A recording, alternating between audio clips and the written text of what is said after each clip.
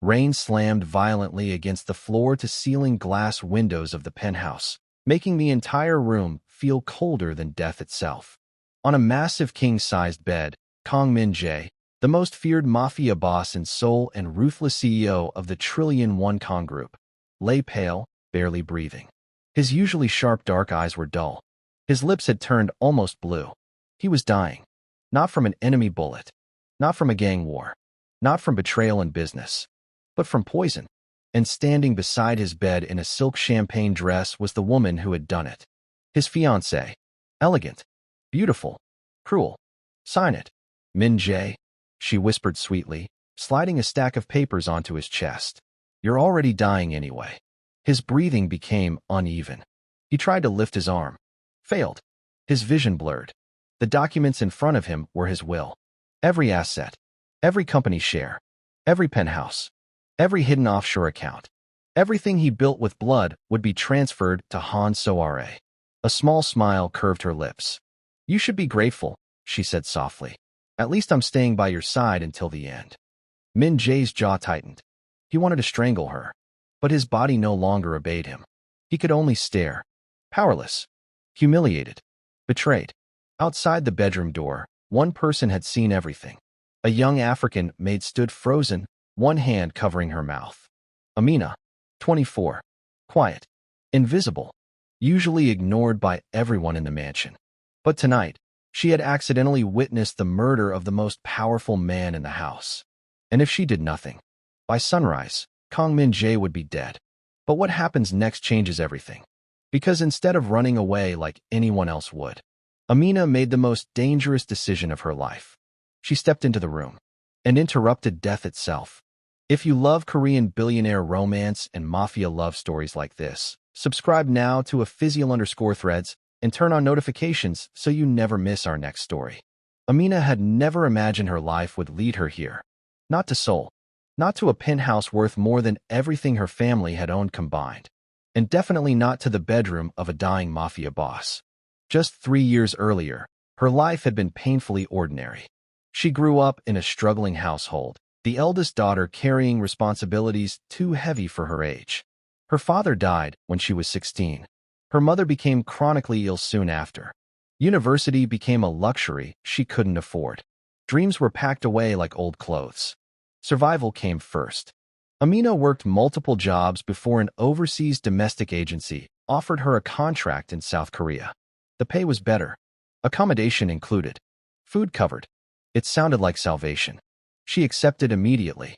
What she didn't know was that her new employer wasn't an ordinary rich family. It was the Kang household, a dynasty feared across both legal and illegal worlds. The Kang Group publicly operated as one of Korea's most powerful conglomerates. Hotels, shipping, luxury fashion, tech investments. But beneath the polished corporate empire was another reality. A darker one.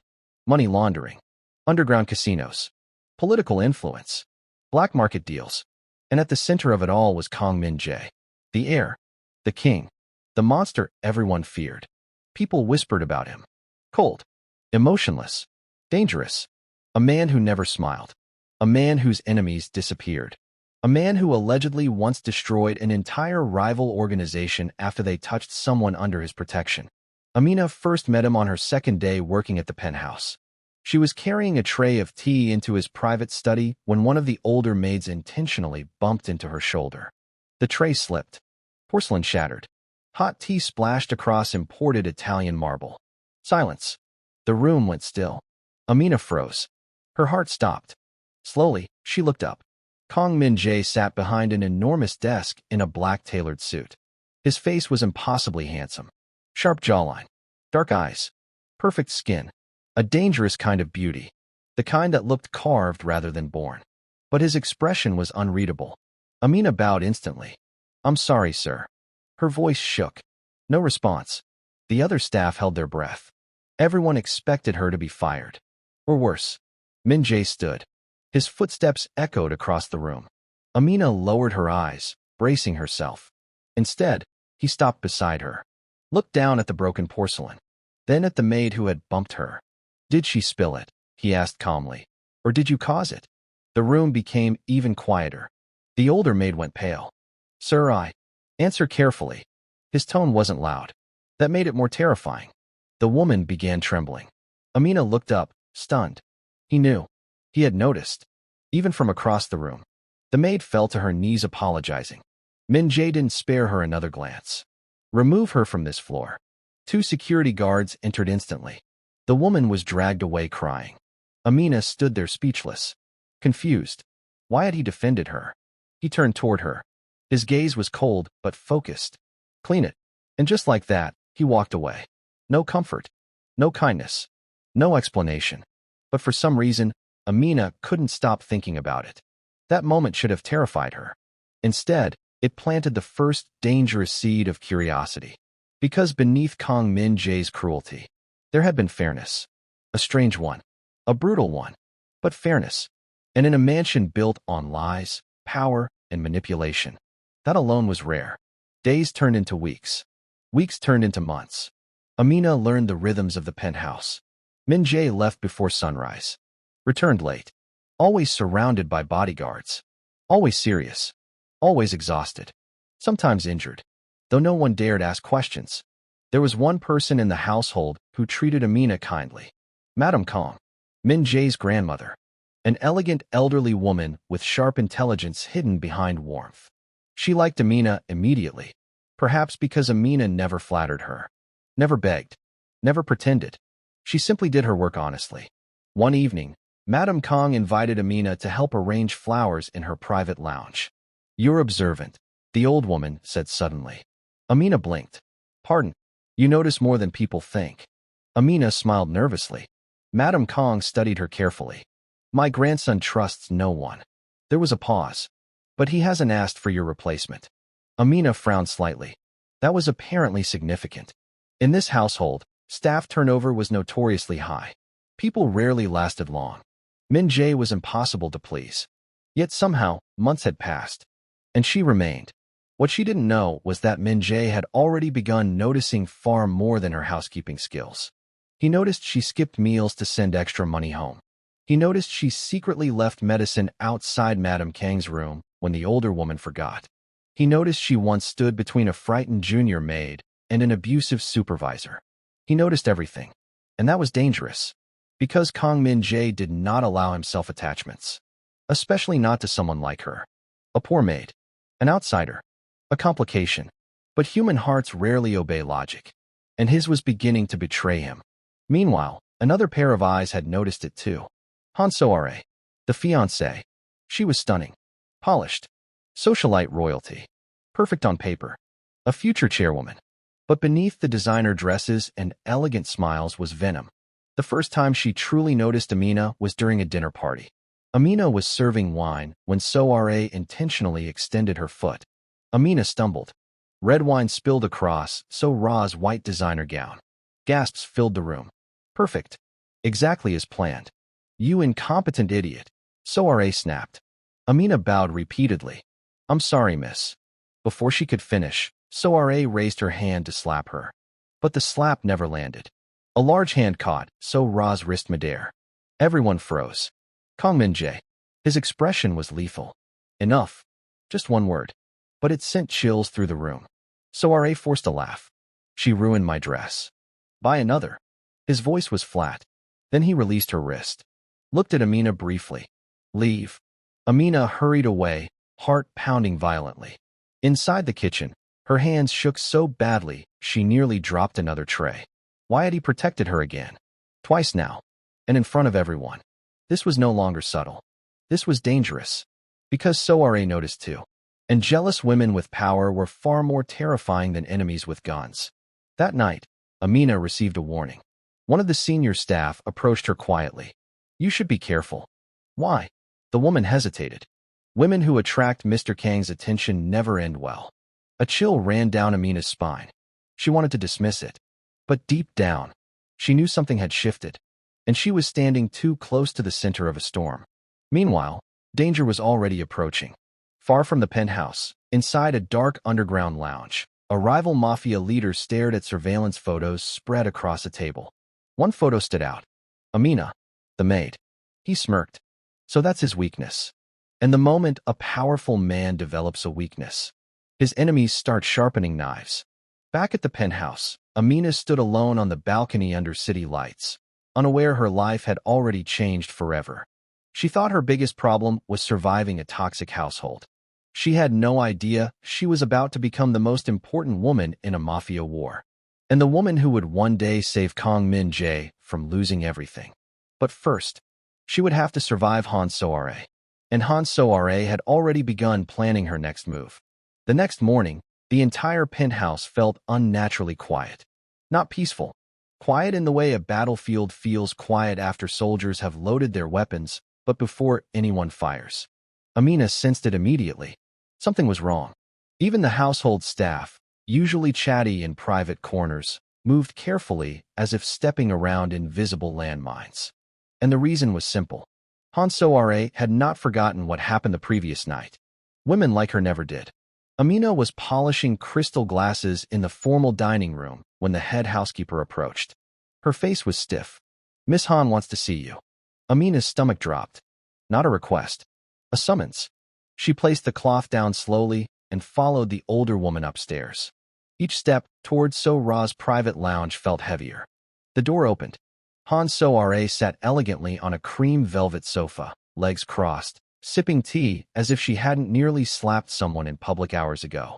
She looked beautiful and terrifying. Her smile was small and calculated. "Amina," she said sweetly. That tone was somehow worse than shouting. Amina bowed slightly. "You called for me, miss?" "Yes." So-ra set her cup down. "I've been hearing a lot about you." Amina stayed silent. A dangerous game was beginning, and silence was safer than words.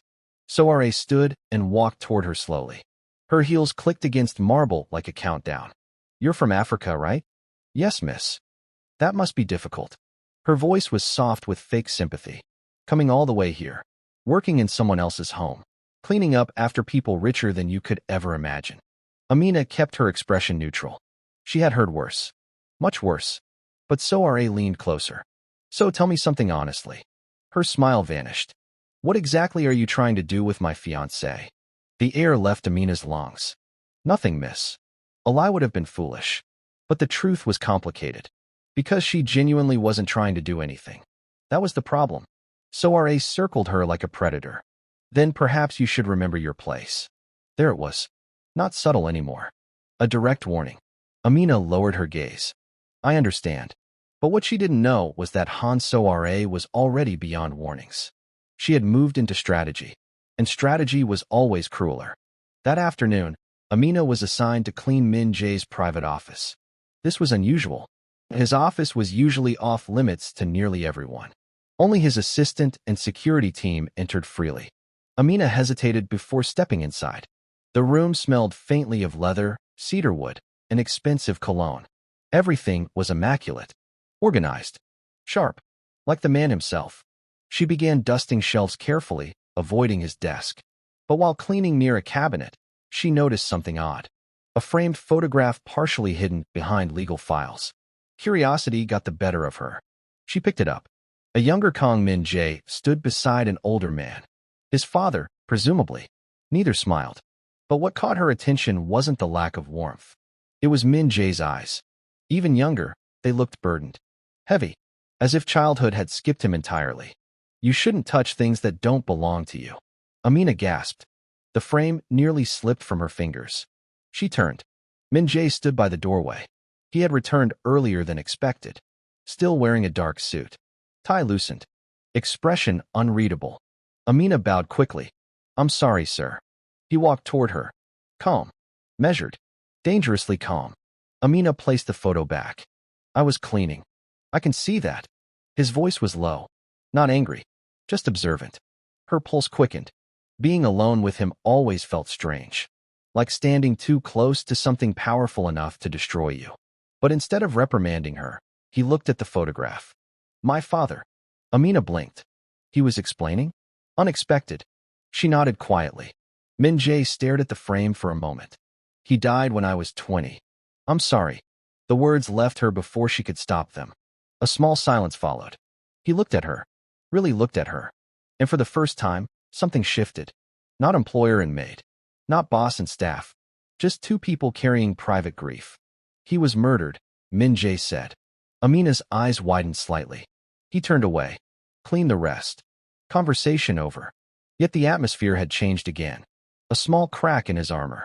A dangerous one. And Amina had seen it. That evening, Seoul was blanketed in snow. A rare, soft snowfall turned the city into something almost romantic. Inside the penthouse, a power outage suddenly plunged half the building into darkness. Staff panicked. Backup systems activated slowly. Amina carried candles through dim hallways, lighting rooms one by one. As she entered the library, she found Min Jae seated alone by the fireplace. No laptop, no documents, no bodyguards, just silence and firelight. He looked less like a feared Mafia boss and more like a tired man trying to remember how to exist. You can leave the candle. Amina placed it down carefully. But before she could go, wait. She froze. Turned. He gestured toward the opposite chair. Sit. Her eyes widened. Surely she misheard. Sir, I dislike repeating myself. So she sat. Stiffly. Nervously. Across from one of the most dangerous men in Korea. An absurd situation. Outside, snow continued falling. Inside, warm firelight softened the edges of the room. For a while, neither spoke. Then Min Jae asked unexpectedly, "Why did you come to Korea?" Amina hesitated. This was personal. Too personal. But his gaze remained steady. So she answered honestly. My family needed money. A simple sentence. But heavy. He nodded once. As if he understood more than she said. My mother is sick. A pause. My younger siblings are still in school. She gave a faint smile. So I work. No self-pity. Just fact. Min Jae studied her. Most people around him were ambitious, manipulative, or transactional. But Amina was painfully straightforward. No performance. No agenda. And that made her far more dangerous to him than any enemy. Because authenticity was rare. Addictive. You don't complain. Amina almost laughed softly. Would it help? A brief silence. Then something almost unbelievable happened. The corner of Min Jae's lips lifted. Not a full smile. Barely there. But real. Amina stared. Stunned. She had just witnessed something most of Seoul probably never had. Kong Min Jae smiling. And somehow, that moment felt more intimate than physical touch. What she didn't know was that someone had seen everything. From the slightly open library door. Han So-are. Her nails dug into her palm, so hard they nearly broke skin. Her face darkened. Enough. This had gone too far. A maid. A foreign maid. Threatening her position? Unacceptable. And so Han So-are made a decision. If Amina would not leave willingly, she would be destroyed. The next morning, chaos erupted. A diamond necklace worth hundreds of millions of won had gone missing. Han So-ra's necklace. Staff were lined up in the main hall. Tension crackled. Security was present. Household employees whispered nervously. Then So-are spoke. My necklace was in my jewelry case last night. She folded her arms. This morning, it was gone. The implication was obvious. The head housekeeper looked horrified. A search will be conducted. Amina felt a chill. This was bad. Very bad. One by one, staff belongings were inspected. Bags. Lockers. Personal drawers. Then security opened Amina's locker. And there it was. The necklace. Perfectly placed. Like a snake coiled in plain sight. Gasps filled the room. Amina stared in disbelief. No. Her voice cracked. That's not mine. So-are sighed dramatically. How disappointing. Amina turned pale. I didn't take it. No one believed her. Why would they? Evidence was literally sitting inside her locker. Security moved closer. The head housekeeper looked devastated. Amina. Han So-are crossed her arms triumphantly. This is what happens when desperate people forget boundaries. Humiliation burned through Amina. Not because of the accusation, but because it was working. She was losing. Just like that. Finished. And then, enough. The voice sliced through the room. Everyone froze. Kong Min Jae had arrived. Dressed in black. Expression glacial. He surveyed the scene. Then looked at the necklace. Then at Amina. Her eyes were wide, hurt, but stubbornly holding back tears. He knew instantly. She didn't do it. Not because of evidence, but because he knew her. And that realization hit him harder than expected. Han So-are smiled tightly. She stole from me. Min-jae stepped closer to the locker, picked up the necklace, examined it, then said calmly, "Check the security footage." So Ra's face changed for half a second. Too quick for most people, but not for him. "There's no need," she replied quickly. "The evidence is obvious." Min-jae looked at her. Long, cold, deadly. "Did I ask for your opinion?" The room went silent. Even so, Ra stiffened. Security pulled up footage. Minutes later, the truth appeared. A house staff member secretly placing the necklace into Amina's locker. Under instructions. From Han, So-ra's assistant. Caught. Clear. Indisputable. A collective gasp spread. Amina exhaled shakily. Relief nearly made her knees weak. Han So-ra's expression hardened. For the first time, her mask cracked publicly. Min-jae turned toward her. His voice was dangerously quiet. "Leave." She blinked. "What? Now?" Humiliation flashed across her face. In front of staff. In front of Amina. She had lost. For now. But women like Han So-ra didn't forgive humiliation. They escalated. And as she stormed out, one thought burned in her mind. If Amina was becoming a real threat, then maybe simple sabotage wasn't enough anymore. Maybe Amina needed to disappear entirely. Meanwhile, Amina stood shaken, still trying to process what just happened. Everyone began dispersing. But before she could leave, Min-jae approached. "You should be more careful." She stared at him. "Careful." His gaze darkened. "You are standing in the middle of something you don't understand." A warning. Not criticism. A warning. Amina swallowed. "What exactly am I standing in?" For a moment, he almost answered. Almost.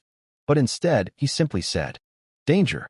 Then walked away, leaving her with a racing heart and far too many questions. But what she didn't know was that his warning had already come too late.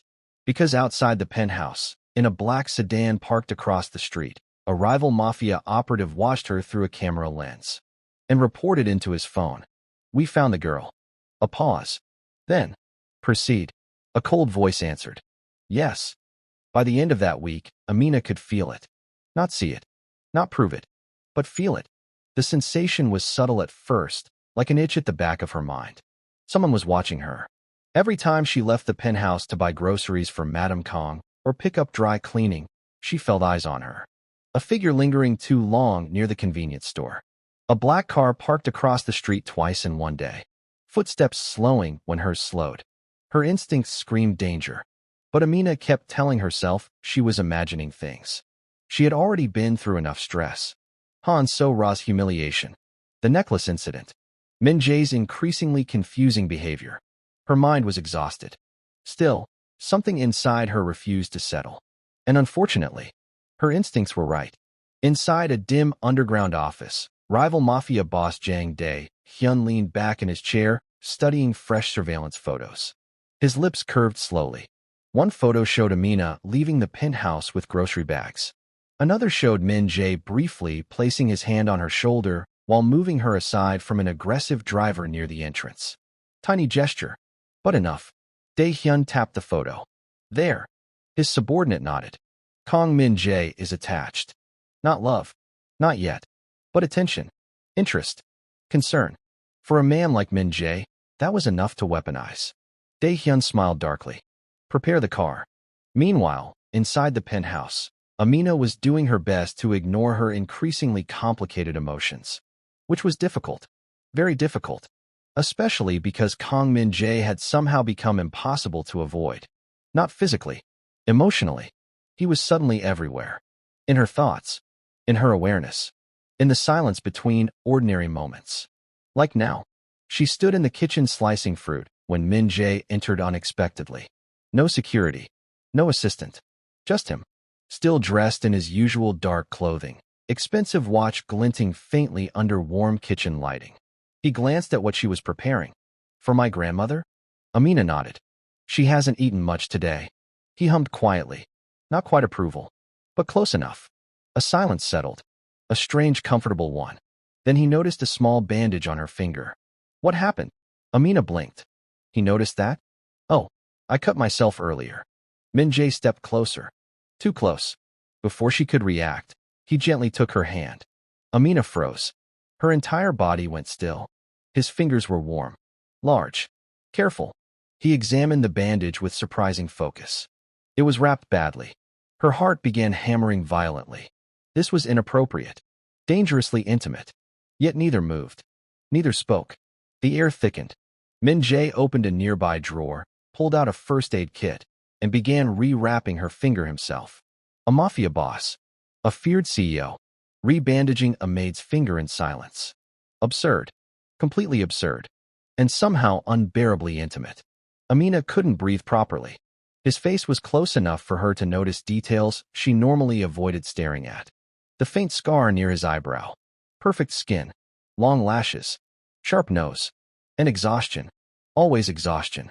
Done. He released her hand. But not before his thumb brushed lightly across her knuckles. Accidental. Probably. Yet it sent a dangerous warmth through her chest. This kitchen has knives, he said flatly. Amina stared. Then almost smiled. Noted. His eyes narrowed slightly. You're amused? No, sir. A lie. A terrible one. For the first time, his expression softened. Barely. But enough. And just like that, he walked away, leaving Amina gripping the counter like her legs had forgotten their purpose. This was bad. Very bad. Because feelings were beginning. And feelings in places like this were expensive. Sometimes fatal. But what happens next changes everything. 2 days later, Madame Kong requested fresh flowers from a luxury floral boutique across town. Amina volunteered to go. She welcomed the break. Fresh air. Distance. A moment to think. The city was unusually bright that afternoon. Traffic buzzed. People moved normally. A completely ordinary day. Until it wasn't. Amina exited the boutique carrying flowers wrapped in cream paper.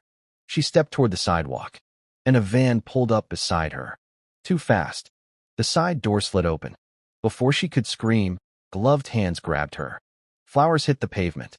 Amina fought instantly. Kicking. Scratching. Thrashing with surprising force. Let go. A hand covered her mouth.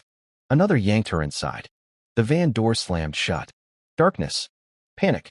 Her heartbeat exploded. No. No, no, no. This was happening. Actually happening. A kidnapping. The van sped off.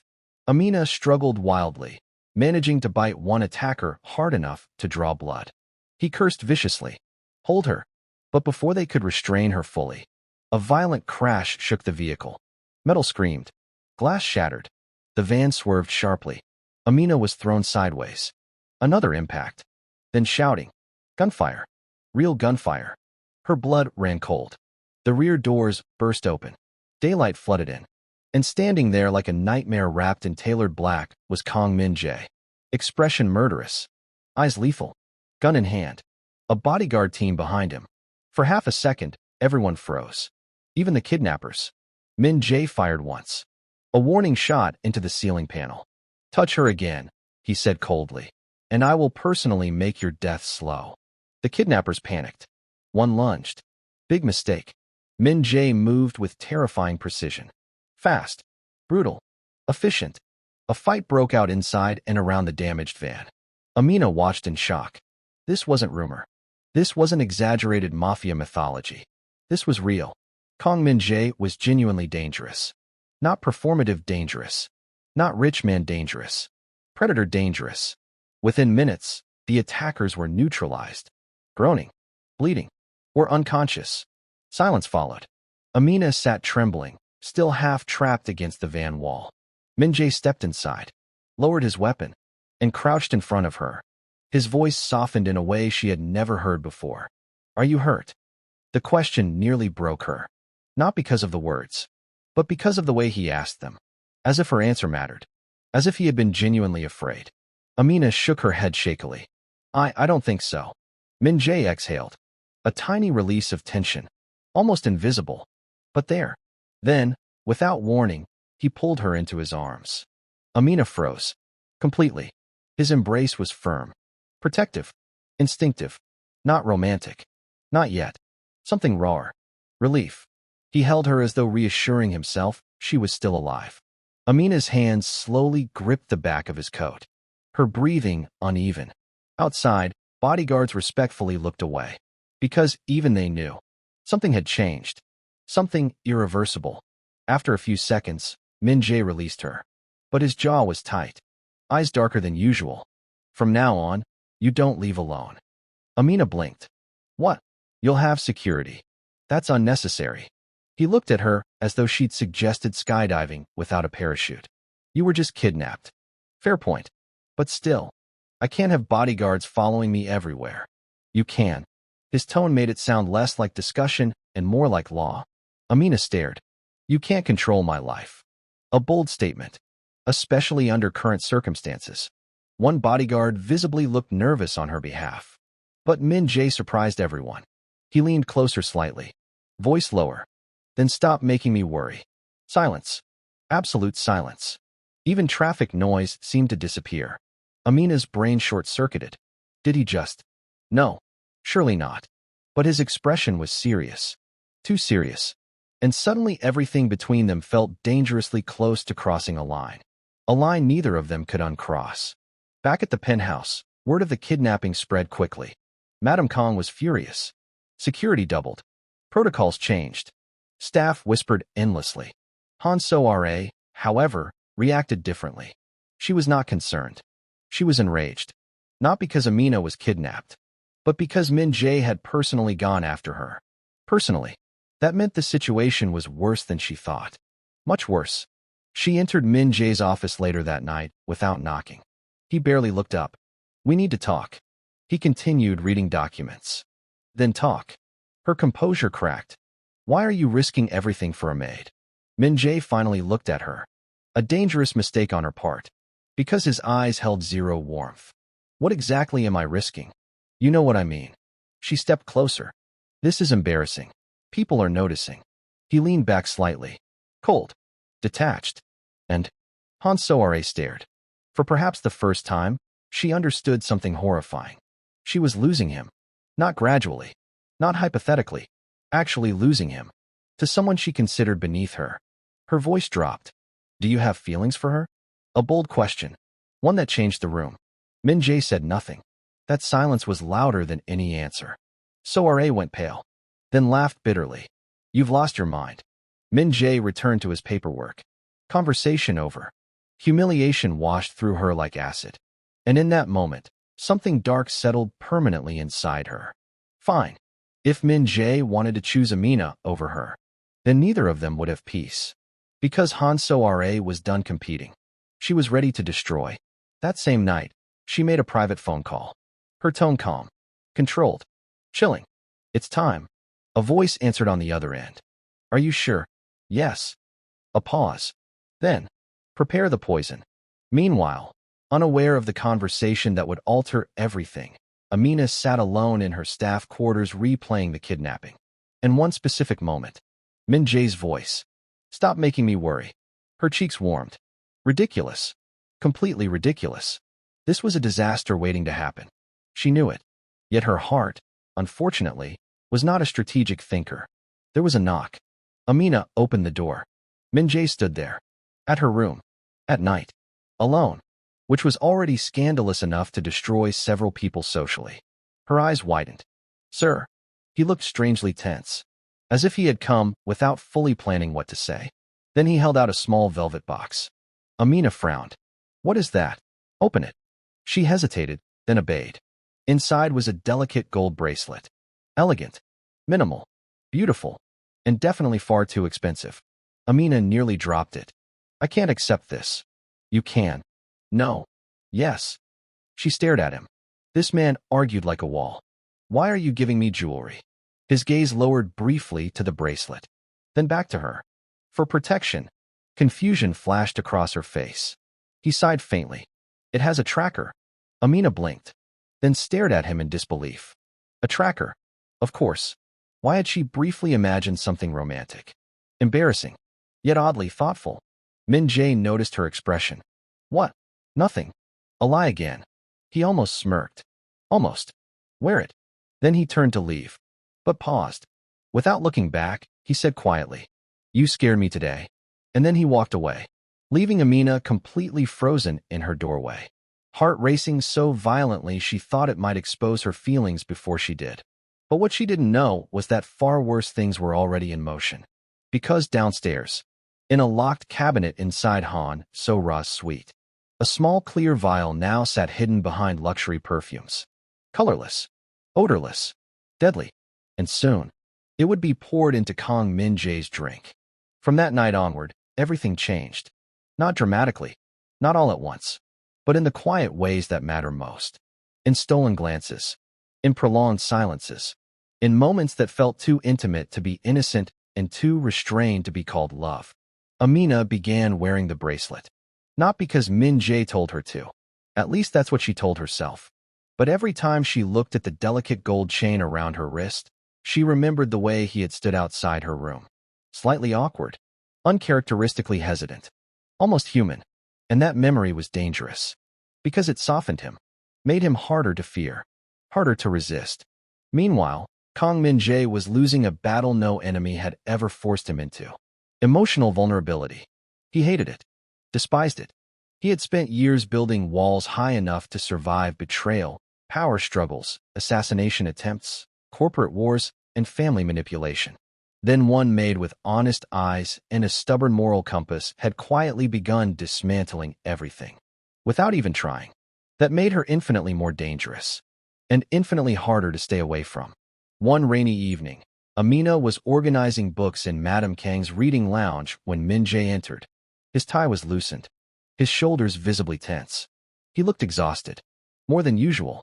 Madame Kang glanced between them knowingly. Then, in what was clearly an intentional act of manipulation disguised as elder wisdom, she stood up. "Oh dear," she said dramatically. "I suddenly remembered I have a call to make." Amina blinked. That was suspiciously convenient. Before she could protest, Madame Kang disappeared, leaving them alone. Again, Min-jae exhaled slowly. "Sit." Amina looked at him. That's becoming a habit. A pause. Then, unexpectedly, "Are you complaining?" Amina nearly smiled. Not yet. That tiny exchange carried far too much warmth. She sat across from him. Rain tapped softly against the windows. A fireplace glowed nearby. Everything felt too cinematic to be safe. Min-jae loosened his cufflinks slightly. For a while, neither spoke. Then Amina noticed something. His hand. A slight tremor. Subtle. But there. "You're injured." He looked down. Dismissive. "It's nothing." A classic rich, emotionally unavailable man response. Amina frowned. That usually means it's something. His gaze lifted. There it was again. That near invisible softening he reserved only for her now. He reached into his coat and pulled out a folded handkerchief with faint blood staining one corner. Amina's eyes widened. "You're bleeding." "It's superficial." "That's still bleeding." Before logic could intervene, she moved closer. Took the handkerchief. Inspected the wound near his ribs. A knife cut. Not deep, but recent. Amina looked up sharply. "You were stabbed." "Technically sliced." She stared. He was insufferable. And absurdly calm about bodily harm. Amina stood. "Sit properly." His brow lifted. "Are you giving me orders?" "Yes." A dangerous answer. Yet somehow, it amused him. Barely. He leaned back while Amina cleaned and re-bandaged the wound. Her fingers were gentle. Careful. Close enough to make his pulse slightly uneven. Not from pain. From proximity. Neither acknowledged it. But the air thickened anyway. "You should rest more," she murmured. Min-jae watched her quietly. "You sound concerned." She froze slightly. "Oh. A trap. Not intentional maybe. But still dangerous." "I'm practical," she replied. "If you collapse, everyone here becomes stressed." A weak save. Min-jae almost smiled. Almost.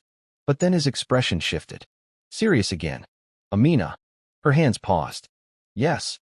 He looked at her with an intensity that made her chest tighten. "If something happens to me." She frowned instantly. "Don't say things like that." His gaze remained fixed. "Listen." "No." Her voice was firmer now. Surprising even herself. "You don't get to say ominous things and act like that's normal." A brief silence. Then something astonishing happened. He actually smiled. A real one this time. Small. Rare. Beautiful enough to feel illegal. Amina stared, caught completely off guard. And in that moment, something inside both of them crossed a line. Not physically. Emotionally. Irrevocably. But what she didn't know was that upstairs, Hanso Ra watched security footage from a private tablet. And saw everything. The wound care. The closeness. The smile. Her expression became frighteningly still. That was the final straw. No more waiting. No more uncertainty. No more competition. Tonight. It would happen tonight. Later that evening, the Kong family hosted a private engagement dinner. Selective guests only. Executives. Political allies. A few high-level associates. A polished event hiding rotten foundations. Amina helped coordinate service from the background. She wore a simple black uniform dress, hair neatly tied back. Invisible. Or so she tried to be. But invisibility had become impossible. Not when Min Jae's eyes kept unconsciously finding her across crowded rooms. Not when Soare noticed every single glance. Dinner progressed smoothly. Champagne flowed. Crystal clinked. Conversations layered over classical music. A perfect wealthy facade.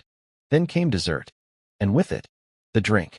Han Soare personally approached Min Jae carrying a glass of red wine. A symbolic gesture. Fiancée serving her future husband. Elegant. Traditional. Poisonous. She smiled beautifully. For you. Min Jae accepted it absent-mindedly while reviewing something on his phone.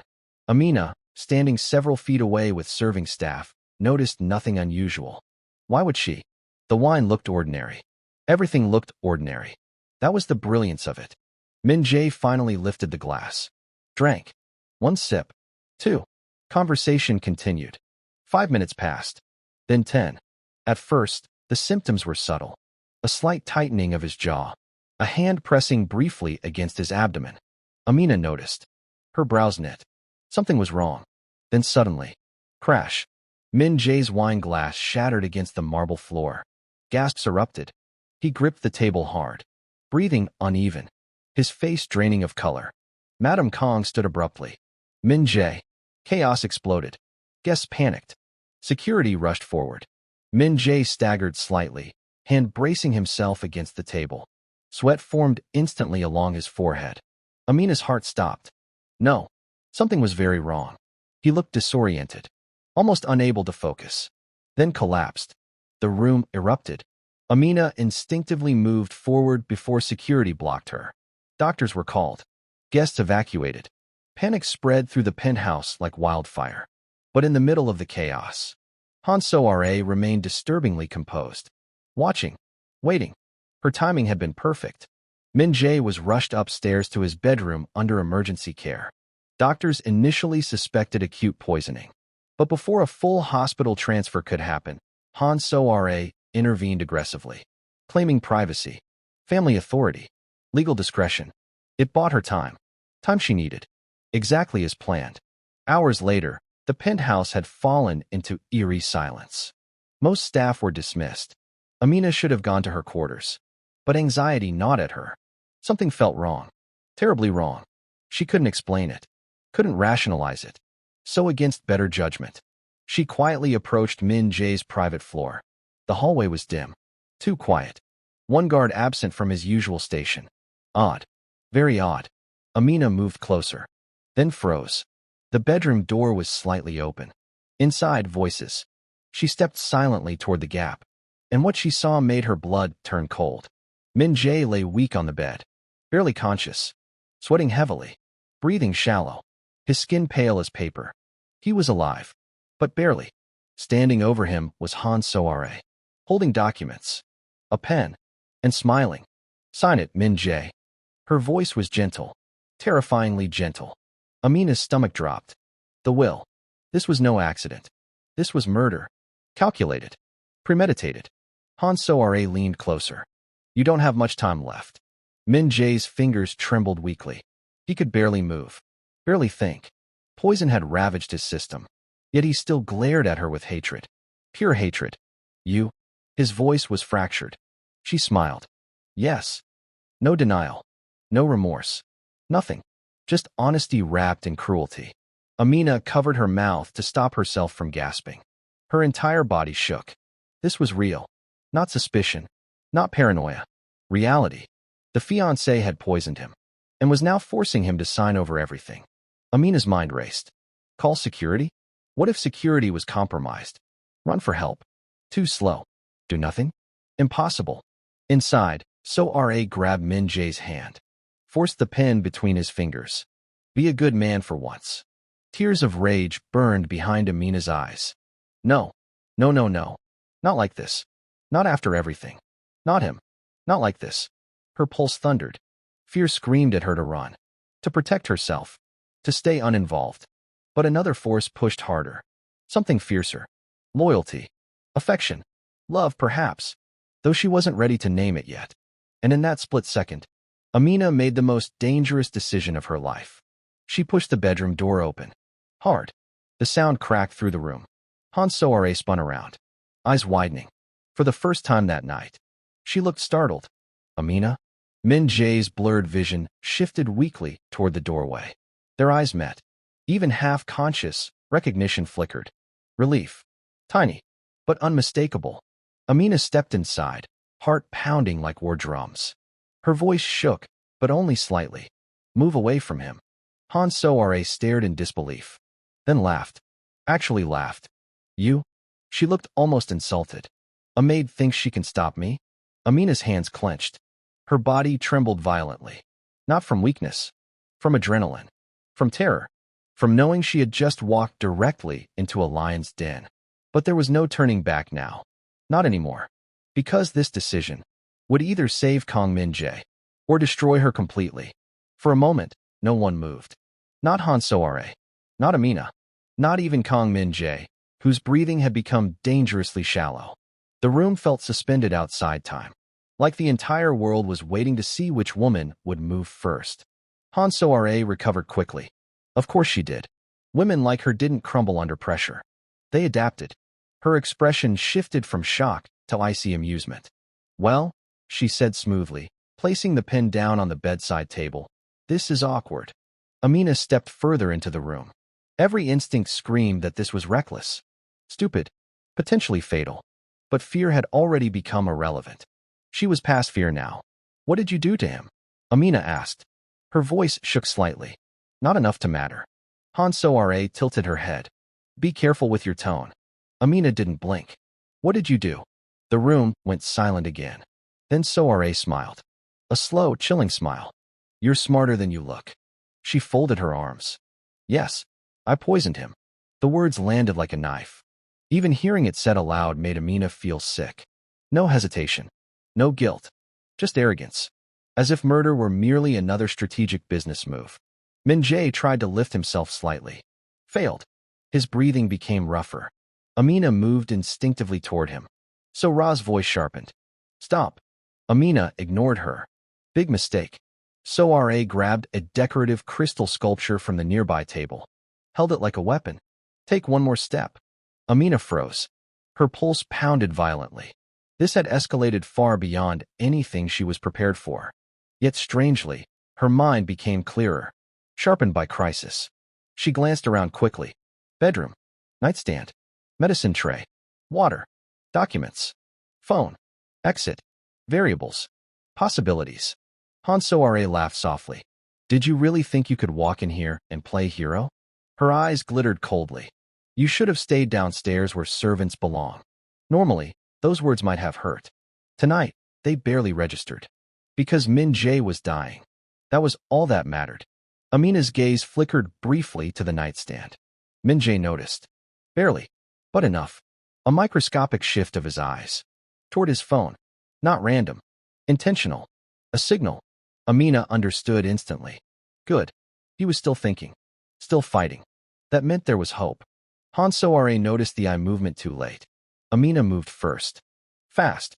She lunged sideways, grabbing the glass water pitcher from the nightstand and throwing it directly at Soare. Crash. Water exploded everywhere. Glass shattered. Soare screamed, stumbling backward. The crystal sculpture dropped from her hand. Amina immediately snatched Min Jae's phone. Han Soare lunged. Too slow. Amina ran. Not away. Toward the bathroom. She slammed the door shut and locked it just as Soare hit it violently from outside. Bang. Amina, open this door. Another bang. Harder. Amina's hands shook violently as she unlocked Min Jae's phone. Face recognition failed. Of course. She turned the phone toward Min Jae through the crack near the door opening. His face barely registered. Unlocked. Thank God. Amina searched frantically. Contacts. Messages. Security. There. A pinned emergency contact. Kwon Ji-sung. Likely bodyguard. She pressed call.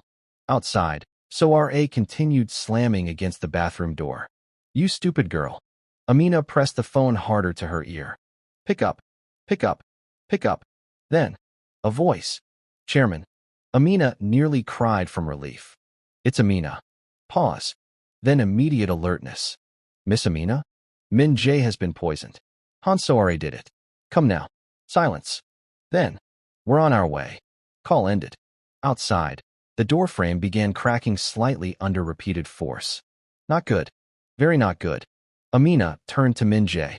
He was fading. Fast. She opened the bathroom door before So-ra could break it completely and ran back to the bed. Han So-ra grabbed her arm. Hard. You little. Amina shoved her with surprising force. Adrenaline is a marvelous thing. So-ra stumbled into a side table. Amina reached Min Jae. She leaned close. Stay awake. His eyes were half-lidded, breathing ragged. She gripped his hand tightly. You do not get to die tonight. A dangerous amount of emotion slipped into her voice.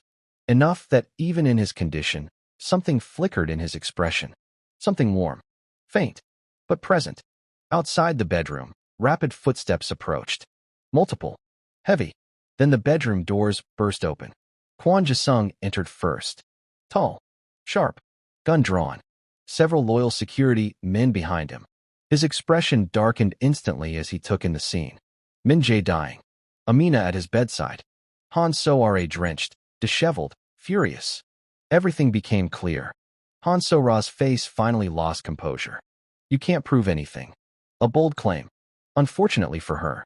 Amina lifted Min Jae's phone. Actually, she held it up. I recorded your confession. Silence. Absolute silence. So-ra stared. Her face drained of color. During the confrontation, when she admitted poisoning him, the phone microphone had been recording the entire time. Not a heroic genius masterplan. Just instinct. Pure survival instinct. And it had worked. Han So-ra whispered. No. Kwon Ji-sung took the phone. Listened. His expression became murderous. He turned sharply. Detain her. Security advanced. Han So-ra backed away. You can't touch me. But power is fragile. Especially borrowed power.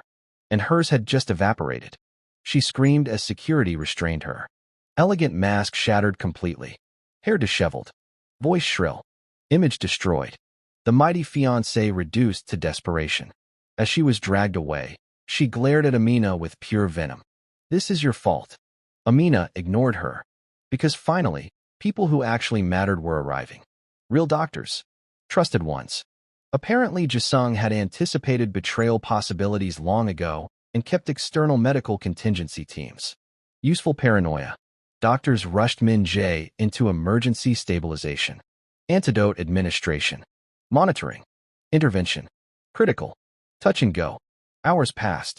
The longest hours of Amina's life. She sat outside Min Jae's private medical suite, still wearing damp clothes from shattered glass water. Hands trembling. Mind exhausted. Madame Kong sat beside her eventually. Silent. Observant. Then softly. You saved him. Amina looked down. I almost didn't. But you did. A pause. Then Madame Kong smiled faintly. And you saved the company. That too. The ensign will remain invalid. The assets safe. The fortune protected. Han So-ra's entire scheme collapsed. Not just murder. Financial theft too. All destroyed by the one person she had underestimated most. The maid. But what happens next changes everything. 48 hours later, Kong Min Jae finally woke up. Weak. Exhausted. Alive. Amina had not left the hospital-level suite once, despite repeated instructions to rest. Typical. She sat asleep in a chair beside his bed, head tilted awkwardly. Still there. Min Jae watched her quietly. Something inside him shifted deeply. Dangerously. Profoundly. This woman had risked everything. Career. Freedom. Possibly her life. For him. Not for money. Not for status. Not for manipulation. For him. That realization hit harder than poison. His voice was rough. Amina. Her eyes flew open instantly. She stood too fast. You're awake. Relief flooded her face, so openly it almost hurt to witness. How do you feel? Min Jae studied her, then asked the only question that mattered. Why? Amina blinked. What? Why did you come back? His gaze remained steady. You could have walked away. Fair question. A rational person probably would have. Amina looked down briefly, then back at him, and answered honestly. Because at this point, there was no point pretending anymore. Because I couldn't lose you. Silence. The kind of silence that alters lives. Min Jae stared at her. Not as employer. Not as superior. Not as someone emotionally unavailable hiding behind power. Just as a man hearing the words he had secretly wanted. Needed. Feared. His voice softened. You almost got yourself killed. Amina exhaled shakily. Yes. That was reckless. Yes. Very reckless. She gave the faintest smile. I'm noticing a theme. And then, finally, Min Jae reached for her hand. Not accidentally. Not under pretense. Deliberately. Held it firmly. Warmly. His thumb brushed over her knuckles. This time with intention. Amina. Her heart thundered. Yes. For a man known for intimidation, violence, and ruthless control. His next words were surprisingly vulnerable. I don't know how to do this. She frowned softly. Do what? His gaze held hers. This. Everything unsaid filled the room. Emotion. Fear. Attachment. Need. Love. Messy, inconvenient, terrifying love. Amina smiled faintly. Neither do I. That seemed to comfort him. A rare miracle. Then, because life apparently loved dramatic timing, Madame Kong walked in, saw their joined hands, and smiled like a woman whose shipping agenda had finally succeeded. About time. Both immediately looked mildly embarrassed, which only amused her more. Weeks later, the aftermath settled. Han So-ra was formally charged. Poisoning. Fraud conspiracy. Attempted coercion. Multiple financial crimes uncovered in the investigation. Her social empire collapsed overnight. The media devoured her downfall. A spectacular ruin. Rival Mafia boss Jang Dae-hyun also made one fatal miscalculation. He assumed Min Jae's recovery would leave him weakened. Instead, it made him furious. Coldly, methodically furious. And Kang Min Jae was far more dangerous when personally motivated. Within 1 month, Dae-hyun's network was dismantled. Assets frozen. Operations raided. Political protection stripped. A surgical destruction. Revenge, beautifully executed. As for Amina, her life transformed quietly. Not through grand Cinderella fantasy. Not overnight. But undeniably. She was no longer staff. No longer invisible. No longer merely surviving. Min Jae offered to fund her education. She initially refused. He insisted. She negotiated partial acceptance. Compromise. Progress. And one evening, months later, under Seoul skyline lights on the penthouse terrace where everything once began, Min Jae handed her a small box. Amina sighed suspiciously. Another tracker? He almost smiled. No. She opened it. Inside was a ring. Elegant. Simple. Beautiful. Her breath caught. Not an extravagant diamond spectacle. Something far more personal. Intentional. Min Jae stepped closer. Still intimidating. Still emotionally awkward. Still very much himself. But softer now. Only with her. I don't make promises lightly. His voice was low. But if you stay. A pause. Rare vulnerability again. I will spend the rest of my life making sure you never regret it. Amina's eyes filled slightly. Dangerous emotional damage. She laughed softly through it. That sounded almost romantic. His expression remained serious. It was extremely romantic. That made her laugh harder. And finally, she nodded. Yes. Simple. Powerful. Enough. Min Jae exhaled almost imperceptibly. Relief. Victory. Love. All disguised beneath his usual composure. He slid the ring onto her finger, then gently touched her face, and kissed her. Slowly. Tenderly. Like a man who had survived death and finally understood what was worth living for. Below them, Seoul glittered endlessly. A city of ambition, power, betrayal, and survival. But high above it, in the penthouse that had once nearly become a grave, a new story began. Not one built on status, or bloodline, or power, but on loyalty, trust, sacrifice, and a love neither of them had planned. Sometimes the strongest people aren't the richest, or the most feared, or the most powerful. Sometimes the strongest person is simply the one who stays when leaving would be easier. This story reminds us that love doesn't care about status. Healing begins where trust is finally earned. And sometimes, the person everyone overlooks is the one who changes everything. If you made it this far, let us know where you're watching from and comment your favorite moment below, like this video, and subscribe to @Physial_Threads for more emotional mafia love stories.